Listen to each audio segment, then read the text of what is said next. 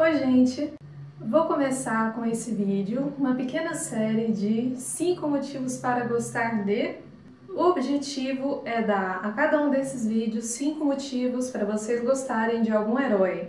E eu começo em grande estilo, com aquele que é dito o maior dos heróis, Aquiles. Vocês podem até dizer que é porque o primeiro vídeo que eu fiz foi defendendo ele do Heitor, das pessoas que metem pau no Aquiles. Não é só por isso. É também porque Aquiles, apesar do status de herói, é também muito incompreendido. Ele é muito reduzido, ele é muito simplificado. Muitas pessoas não entendem de fato como Aquiles é. Por isso eu resolvi começar por ele. Então vamos lá? Motivo número 1. Ele não luta só por si mesmo. Apesar do que pode parecer na Ilíada e do que muita gente diz, o Aquiles não vive só em função de si. Tem um episódio que acontece antes da Guerra de Troia, que é justamente quando os gregos estão tentando usar par para Troia e sopram ventos contrários. Eles não têm como sair desse jeito. Aí ficam sabendo que o motivo daqueles ventos é porque Ártemis, a deusa dos animais selvagens, está irada. Agamenon matou um cervo que era sagrado para ela. E por conta desse sacrilégio, desse crime religioso, mesmo que involuntário, os gregos não poderão sair. A Ártemis vai continuar mandando aqueles ventos contrários.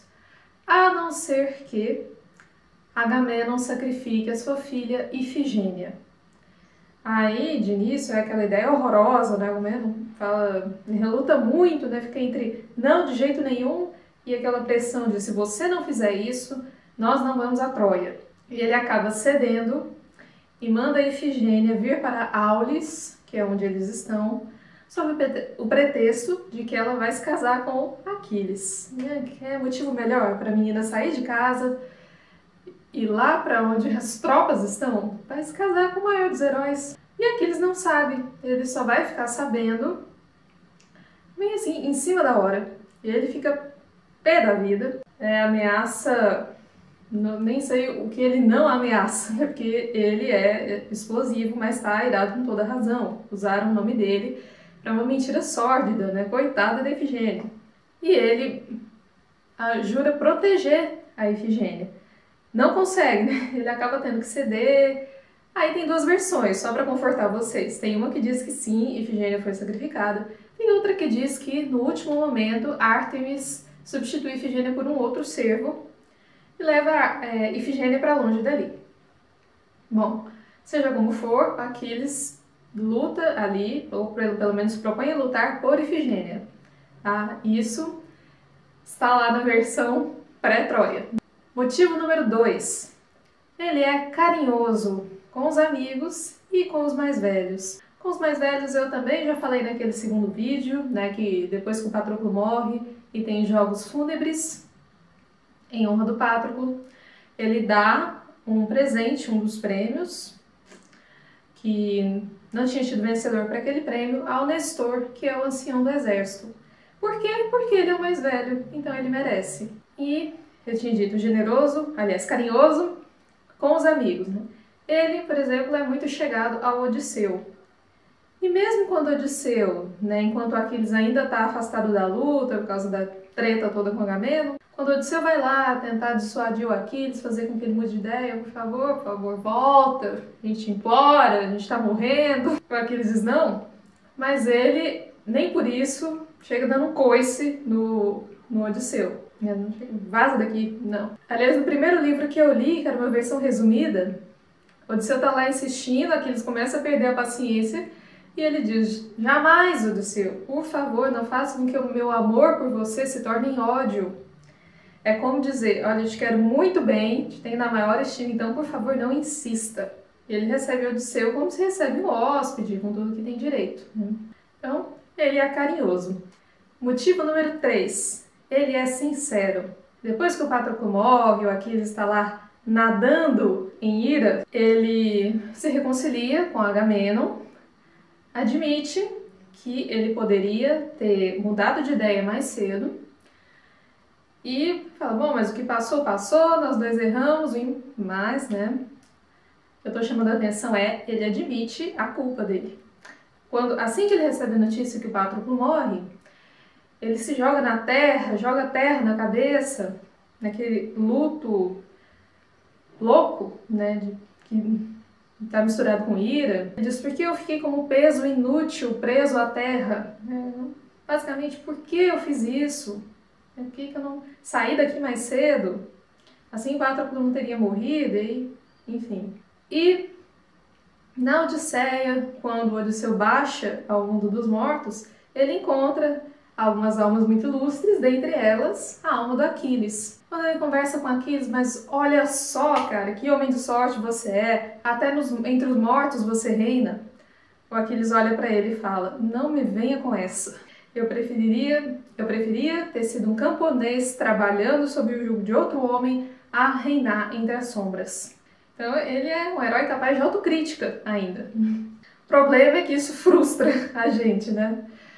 Aquiles tem toda aquela aura, aquela glória da vida de herói, mas aí chega na Odisseia e ele se arrepende, tá lá triste, não é bem o que eu imaginava. É frustrante. Quer dizer que você me faz comprar toda essa ideia do herói, te dá maior força, vai que é tu, Aquiles, pra você chegar na Odisseia e dizer que se arrepende. Não é a melhor das passagens, quando ele fala por Odisseu. Não é o que eu pensava. Mas continuando. Motivo número 4. Ele é generoso. Voltando à passagem dos Jogos Fúnebres, existe um outro rapaz, bem jovem, mais jovem que o Aquiles até, o Antíloco, filho mais novo do Nestor, que compete em alguns desses jogos, e num deles ele acaba, se não me engano, com o último lugar. E ele faz um discurso até bonitinho, dizendo que os deuses favorecem os mais velhos, por isso que o Odisseu ganha. Ao contrário do que pode parecer, ele não está dizendo, não está tirando a glória do Odisseu. Isso aí é só porque a Atena te ajuda, se não fosse ela. Não é bem isso. Ele está reconhecendo a maior experiência e também, por que não, a maior predileção que os deuses têm, naturalmente, pelos mais velhos. Ele reconhece, ainda sou muito moço, tenho muito que aprender com vocês. E ele termina o discurso falando, fulano ninguém seria capaz de vencer, a não ser o Aquiles. E o Aquiles é conhecido como de pés ligeiros, pés rápidos, né? Então, é só Aquiles mesmo. O Aquiles escuta, fica feliz, diz, olha, então por isso, Antíloco, muito obrigado por isso. Vamos aqui mais meio talento. Talento não sei ao certo, mas era uma medida usada, que a gente vê muito usada para medir ouro. Então, Antíloco tinha ganho meio talento como prêmio, ele ganha mais meio talento do Aquiles, né, com um agradecimento pelo elogio. E, por último, mas não menos importante, motivo número 5. O Aquiles é a síntese do herói grego.